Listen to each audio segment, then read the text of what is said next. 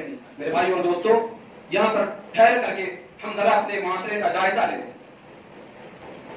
ایک طرف اللہ کے نبی صلی اللہ علیہ وسلم نے یہ لعنت فرمائی ان عورتوں پر, لیکن ہمارے معاشرے کا کیا حال ہے؟ ہمارے معاشرے کا, اور خصوصاً ہم معاشرے کی بات نہ کریں, ہر کوئی اپنے گھر کا جائزہ لے لے, معاشرہ خود بخود سدھر جائے گا.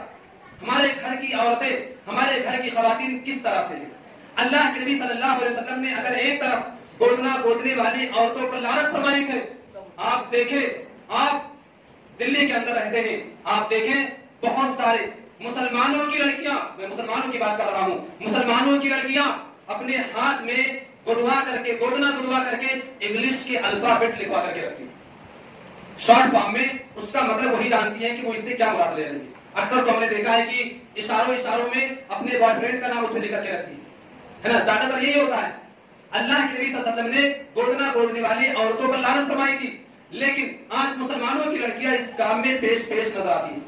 اللہ کے نبی صلی اللہ علیہ وسلم نے بھاؤں کے بالوں کو تراشنے والی تمام عورتوں پر لعنت فرمائی تھی, مگر آج مسلمانوں کی لڑکیاں بیوٹی پارلر میں جا کر کے نہ جانے کتنا پیسہ اپنے گھر کا, اپنے باپ کا اسی ناجائز کام میں خرچ کرتی ہیں, اور بڑے فخر کے ساتھ, بڑے غرور کے ساتھ, بڑے ناز اور نخرے کے ساتھ معاشرے کے اندر, گلیوں اور کوچوں کے اندر گھومتی ہیں اور بگڑے ہوئے نوجوانوں کی آنکھوں کی ٹھنڈک بنتی ہے.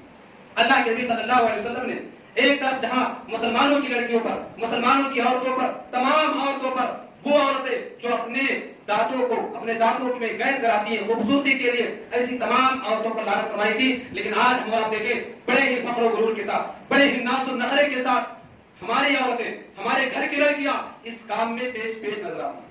اور میں آپ کو بتاؤں, بات اگر صرف یہاں تک رہتی تو کچھ حد تک ہم خاموش رہتے, کچھ حد تک ہم چپ رہتے, لیکن دیکھا جاتا ہے کہ اتنے ناجائز حرام اور افعال کرنے کے بعد, اتنے سارے گھٹیا حرکتیں کرنے کے بعد, اس قدر افعال انجام دینے کے بعد, وہ لڑکیاں بن سور کر کے گھروں میں رہنے کے بجائے چھتوں پر, گلیوں میں اور بالکنیوں پہ نظر آتی ہیں.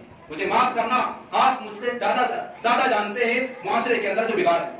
میرے بھائی اور دوستوں, یہ حال ہے کنواری عورتوں کا, یہ حال ہے کنواری لڑکیوں کا, اور شادی شدہ عورتوں کی بات تو کرے گی نا.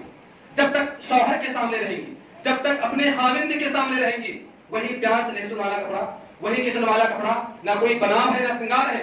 لیکن اگر کسی کی شادی میں جانا ہو, کسی فنکشن میں جانا ہو, پورے بناؤ سنگار کے ساتھ, پوری فل تیاری کے ساتھ وہ عورتیں جاتی ہیں اور غیر محرم مردوں کی نظروں میں جا کر کے اپنے بناؤ اور سنگار کا اظہار کرتی ہیں. میرے بھائی اور دوستوں, یہ معاشرے کی سچی تصویر ہے, یہ معاشرے کی سچی تصویر ہے جو میں آپ لوگوں کے سامنے پیش کر رہا ہوں. ہمیں اور آپ کو اس پر ایکشن لینے کی ضرورت ہے. کسی شاعر نے کہا تھا کہ ایک تو زخم نہیں جسم ہے سارا چھلی, ایک تو زخم نہیں جسم ہے سارا چھلی, درد بیچارہ پریشان ہے کہاں سے ملے. میں بات کر رہا ہوں اتباع رسول پر, لیکن تھوڑی سی بات میری معاشرے پر آ گئی ہے. میرے بھائی اور دوستوں, میں پریشان ہو جاتا ہوں کہ کس موضوع پر گفتگو کروں. شاعر نے کہا تھا, دامان باغباں سے کفے گل فروش تک, دامان باغباں سے کفے گل فروش تک, بکھرے پڑے ہیں سینکڑوں عنواں میرے لیے.